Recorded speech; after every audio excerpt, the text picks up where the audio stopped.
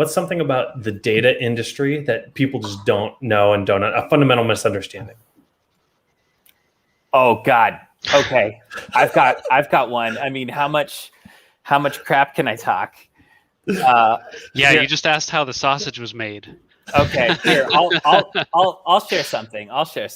Let me just share my screen. All right. Sharing screen. Okay, cool. Let me see if I can do this. I don't know if you can let me. Sure. So here's something that people don't know. So there's kind of this thing that a lot of exchanges were doing for a while called ticker stuffing, and it still happens quite a bit.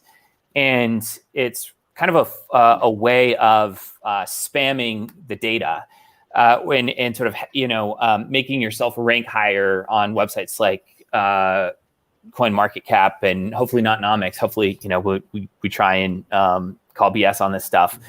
But for the most part, it's kind of a relic or like a historical artifact of the crypto space that most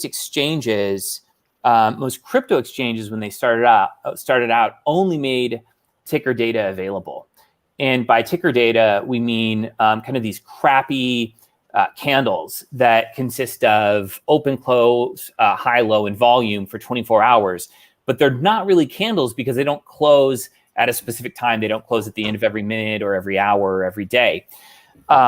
So CoinMarketCap, when they first started, only required ticker data to get listed, and that meant that instead of providing trade data, instead of providing candle data, all you had to do was stand up tickers for your markets to get them listed. So what would happen is, if I could just close it, like people would, if you wanted to get to the top of CoinMarketCap, and we saw people doing this all the time, all you had to do was for this open, close, high, low volume ticker that you're sending over at random intervals, so it's really hard to call BS on it, is you could just like add a 1 to it and send it on over. And so when people talk about like exchange volume spamming or some of the things people are doing to hack their way to the top of these lists, like nothing real fancy was being done. It wasn't super artful. It was really kind of crappy and hacky, and people just kind of like shove volume in there, and that's why you saw like Negoci coins, like the exchanges that historically were at the top of CoinMarketCap and often still pop up in there, were for the most part just these exchanges you've never heard of. Like you call up everyone you know and have them call up everyone they know, and none of these people, like no one's ever traded on these exchanges. So that's something that I think most people don't know, is just kind of like how easy it's been historically to fake volume. You don't even have to watch trading. You could just like ticker stuff. So that's great.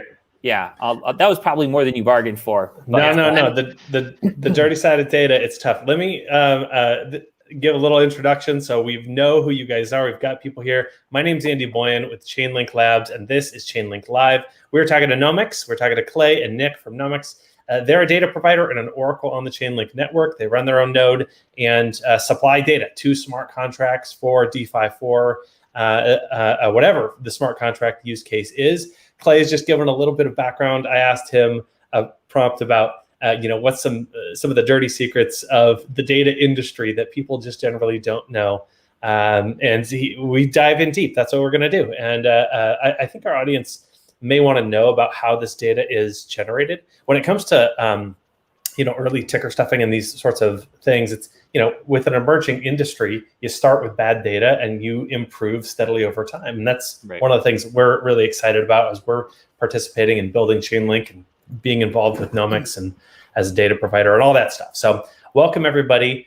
Feel free to drop questions in the YouTube chat. My buddy Mark is here helping everybody out as well. We'll address questions as we go forward. First, let's get to know Clay and Nick a little bit. Nick, who are you? How'd you get involved with Nomics? Hey, I'm Nick Gauthier. I am from Massachusetts, just outside of Boston. We're a fully remote team, so we got people kind of everywhere. So location's a little bit about Who we are. I like to call myself a classically trained web developer. So I went to school for computer science, got my master's, but then went into the world of web development and really dove in as like a full stack web developer.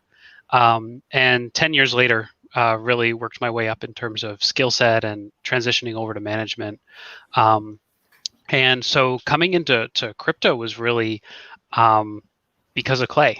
So when we got introduced for maybe I'll let you tell that story, Clay. But when we got introduced, Clay was really into crypto and wanted to do more with it, and so we started Nomics. And so I bring a lot of experience from web development and API services, SaaS, all that engineering side of the web, and applying that to crypto data. So that's where I'm coming from for Nomics. And I guess I didn't say at the beginning, but I'm the CTO and co-founder. So I'm on the tech side of things, and I'll probably be the one jumping in here during this show to talk about the really nerdy data stuff. Fantastic. All right, Clay, how about you? How'd you get involved with Nomics? Yeah, so I was transitioning out of my last company. It was it is a landing page provider, website builder called Lead Pages. Started that in 2013. Grew that to over 25,000 paying customers. Actually, man, did we get to 40? I think we might have gotten to 40,000 paying customers. We acquired a marketing automation platform called Drip. And the company got to about 130 people, and it was my very first company. And I kind of decided that our COO would probably be a better CEO than me. So to continue to grow the business, and I like getting involved in sort of newer things in emerging industries, emerging technologies, emerging companies. And so I sort of remained board chair there, but it was looking for something new. And someone connected me to Nick, and we just started talking about I won't name names, but just some of the crappy data providers out there, and how we thought there was a huge opportunity really around just being part of the professionalization of the space, the maturation of the space.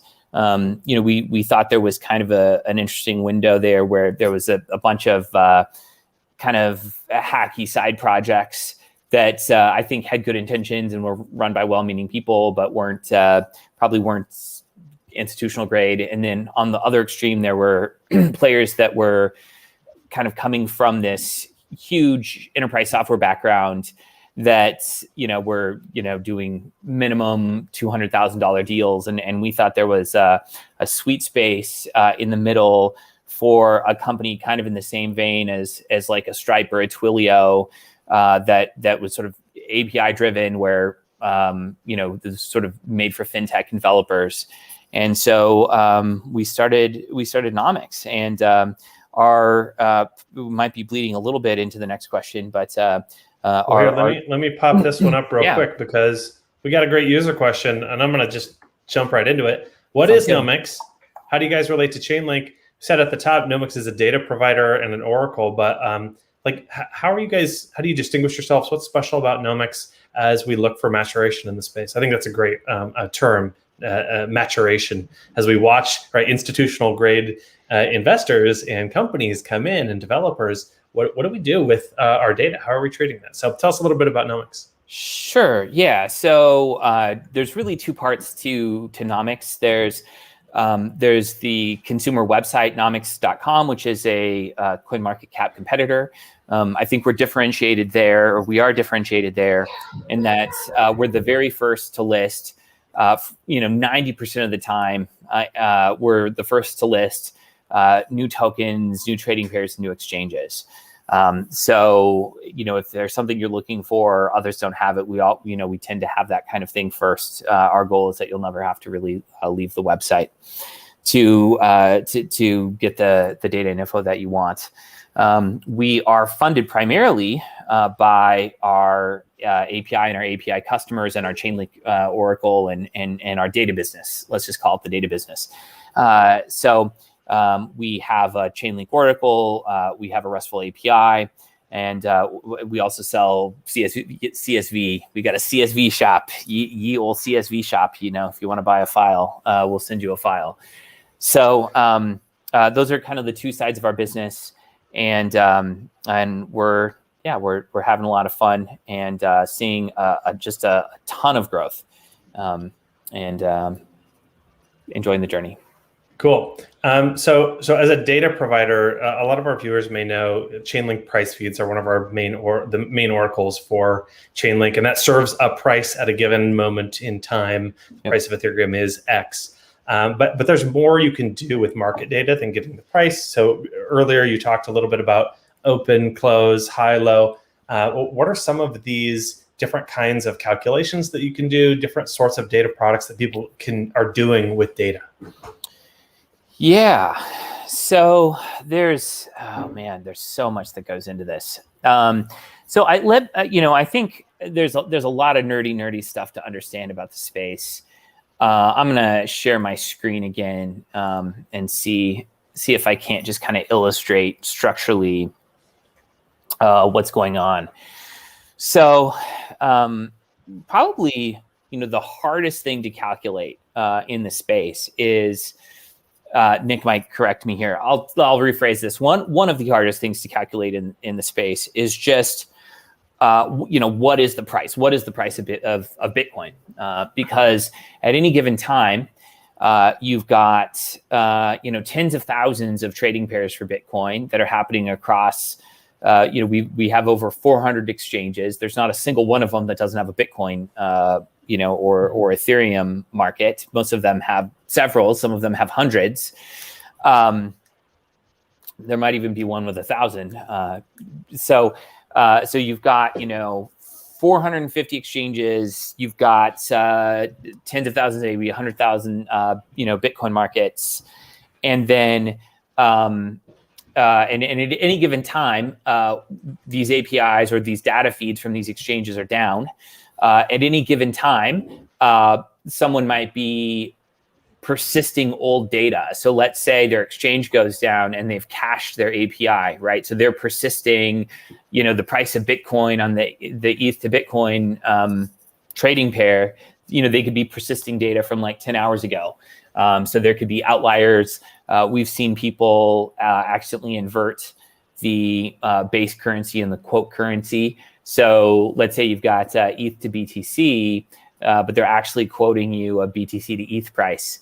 So that leads to just some crazy figures. So you've got outliers, you've got old data, you've got exchanges going up and down, so kind of at the very base of all of this stuff is trade data. So that's all the individual trades that are happening from users. It's not even an order, right? So there are multiple trades that go into an order. So let's say you've got 2 BTC sold across the ETH to BTC pair. Then from these trades, you construct candles, and a candle is open, close, high, low, and volume. So we're taking all these individual trades, and we're creating a candle for a given period of time. Let's call it a minute candle. Then let's say you've got all the ETH to BTC pairs, and we need to aggregate across all of them. So we're sort of aggregating across ETH to BTC pairs across hundreds of exchanges to come up with an aggregate price for ETH to BTC, and then we take all the pairs that all the aggregated pairs that include ETH, and we have to come up with like an ETH price, and then we have to take out a bunch of crap along the way. So I think maybe another answer to the question, what do most people not know about the space? It's that aggregate prices are one of the hardest things to do correctly, which is why you often see big players in the space where every once in a while some ridiculous coin is in the top 10 erroneously because it's still the Wild West. And I think another thing that's sort of on a related note is that pricing methodologies are really only half the story. So if an exchange is or an aggregator is spelling out every last detail about how they arrive upon a price for an asset like Ethereum. The other half of the story is the outlier detection story. So what are they excluding from the data sets? If Gemini, let's say, a regulated, US based exchange in New York sends over some ridiculous price for Ethereum, which they have, what is a site like Nomics or CoinGecko, CoinMarketCap, how do they handle that? What do they do? And often that's a very nuanced, evolving answer. So anyway, that was probably a bit more than you bargained for, but I think it's a good intro to, kind of how prices are arrived at in this space. We're here to learn how the sausage is made. This Awesome. is, a lot of the Chainlink documentation talks about aggregated prices, and it's surprising to some people to understand that means the Chainlink protocol aggregates oracles. Each oracle, like Nomics, is aggregating data from hundreds of exchanges. The amount of decentralization and aggregation that's happening is necessary to come to a really quality price, because you get these weird fluctuations. And I'm from social science, and so cleaning your data is a normal term that I'm familiar with. But that term of cleaning your data and figuring out what data is good, what data is bad, if you get a weird value, is that because it's incorrect, or did something weird happen? Because that does happen as well. And making those decisions, it's incredibly complicated. So it's great to hear this is how the sausage is made. A lot we of have us so much of this, and we could bore you to death for hours about nerdy crypto data stuff. Well, how about we get a lot of crypto people that come watch some crypto natives and Chainlink enthusiasts as well. But many people don't have as much experience in traditional financial markets. So what are some of the products that some traditional or TradFi institutions might use? You've got this data. Is that different from DeFi projects and smart contracts as far as you guys are seeing? Yeah. So the data itself is structurally the same. I think in traditional finance, probably the most granular form of data possible is order book data, which DEXs have kind of they just handle order book data in a variety of ways. Some decentralized exchanges have it off chain, some have it on chain, some don't have an order book. They kind of operate like Uniswap, where it's algorithmic. And then there's liquidity pools and liquidity mining. So there's a whole bunch of different things happening. But in the traditional financial world, you have an order book, and that looks like I think most people have seen one of these, but I can just Coinbase ETH BTC. I can just pull this up, and it's basically like. You're still sharing. Oh, there it goes. Thanks. Yeah. So this is an order book. Here you've got fills and open orders. So these are people who would like to buy, and these are people. I'm sorry. These. Yeah. So you've got this order book, and these are buys. And then these are sells. And when they meet, that's called crossing the bid-ask spread. And that's when orders get filled. So you could have, let's say if you're doing this for, it's a lot easier to do BTC to USD. You might have a whole bunch of people that have an open order to sell Bitcoin when it hits 100,000, right? So maybe they want to cash in at it. A lot of times people in the financial world, especially if they're operating real-time trading environments, and they want to backtest their financial models and backtest their algorithms, they need access to order book data so that they can run simulations, because it's not always the case that in a simulation where you believe that you could buy, you could enter a position at a given price and exit a position at another price. That's not always true, because if you're making institutional size block trades, the amount you might move the market, especially for some of these altcoins, on a $5,000 sale, means that you couldn't sell 100% of that $5 million order at a given price. You might be able to sell maybe 20,000 at a given price, and then another 30,000, and then you might have to actually accept an extremely low price in order to complete that entire trade. So can you pause for a sec and go? You said the word back testing. I think this is a really fascinating concept for some of our viewers. Can you explain what back testing is in traditional finance, well, in any financial markets? Yeah, back testing is when you take an algorithm that's a trading algorithm that's buying and selling positions based on the logic in that algorithm, and you are applying it to historical data to test whether or not if what has historically happened in a given market were to happen with that logic in place, would you make money or not? And the future doesn't always look like the past, but generally speaking, you do not want to go live with a trading algorithm that would have lost money historically. So at a minimum, you need to make sure that you wouldn't have lost money with a given strategy on historical data. Hey, this is fantastic. I have another question about this order book you have right here. Yeah. Usually are these are these actual buys and sells that are being generated, or is this an animation that represents, I don't know if Nick, your development. This is totally live. Coinbase has an excellent WebSocket stream and API. They have one of the most thorough APIs in the space. And they were one of the first ones that we got started with because their quality is so high.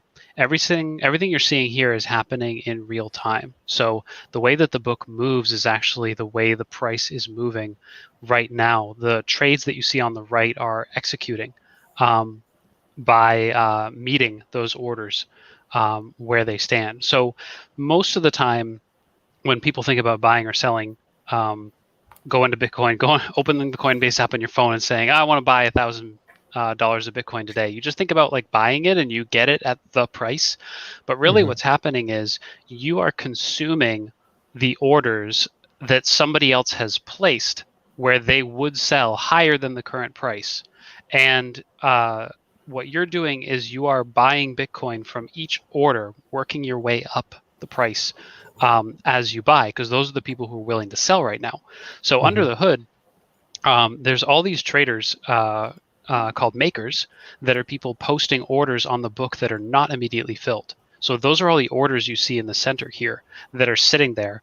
And what I've always found really interesting with Bitcoin is that there are these huge sentimental walls in the book, and you can see a few of those cliffs here, and they're usually at pretty whole numbers. But Clay, if you could hit the minus sign next to the price a couple times, or sorry, right in the middle of the book. Yep. Oh, right, I see. There's a little minus. Yeah, zoom out, and you'll start to see the walls. And there's been a couple 70, of times where 75, 80. Yeah. Yeah. So when Bitcoin broke 60, what was that, a couple of weeks ago? There was this wall at 60 that was people saying, you know what, if Bitcoin hits 60, I'm out, I'm buying an island, right? And there was just this absolute cliff that everybody had to eat away by buying Bitcoin. And there were so many orders at 60 that tons and tons of people had to buy tons and tons of Bitcoin to bring that wall down on Coinbase. So when you see that wall over like a 90, those are people who have bids in to say, or sales in, like, I'll sell this at $93,000 if somebody's going to buy it. Yeah, they have asks in. Yep. Okay, they're asks. Okay, cool. Yep. Bids and asks. Yeah. Now, I just want to circle this back to Nomics and like what you guys do, because you're a data aggregator. So you take these buys and sells and these order books, and you aggregate them from a bunch of different ones, hundreds of different exchanges. This is one. This is Coinbase Pro, one exchange. Every single trade you're seeing on the right in trade history as it goes by we are storing every single one of those in our database, and we have over 25 billion right now of those trades in our system from many, many providers, Coinbase included. And so we are using those when we can to have the absolute highest granularity data here. And when we have to, we fall back to candles and tickers like Clay was talking about before. But Coinbase is just awesome because they make this data publicly available. They're very transparent with it, whereas some of the other exchanges not so, and they're doing that so that they can hide their numbers a bit better. It's very hard to hide fake data when it's this exposed. But yeah, we're sucking all of this down and helping get you the price of Bitcoin. So we've got a few people who have joined. So my name is Andy Boyan. This is Chainlink Live. I'm with Chainlink Labs, and we're talking to Nomics, Clay and Nick, who Nomics is a Chainlink Oracle, one of the data providers and node operators in some of the things like our price feed oracles. And so when a smart contract, we had this question earlier, but when a smart contract wants data, say Aave wants to know the price of ETH, they call a Chainlink Oracle network, and the oracles in there submit a price. Nomics is one of those oracles who submits that price and helps us deliver, helps Chainlink deliver really high quality data that is accurate, that people can count on. So this is all fantastic. I'm gonna go to, we have a pretty good sausage making question. Do you guys measure token liquidity? Yeah, well, yes and no. So we have all the raw data for this, but we've yet to apply this in an aggregated way. But all of that information is available under the hood and through our API. It's not something we're doing on nomics.com yet, but we really want to. So this is something we're definitely thinking about. So we have API customers that calculate it themselves. There's a whole bunch of different ways to calculate liquidity.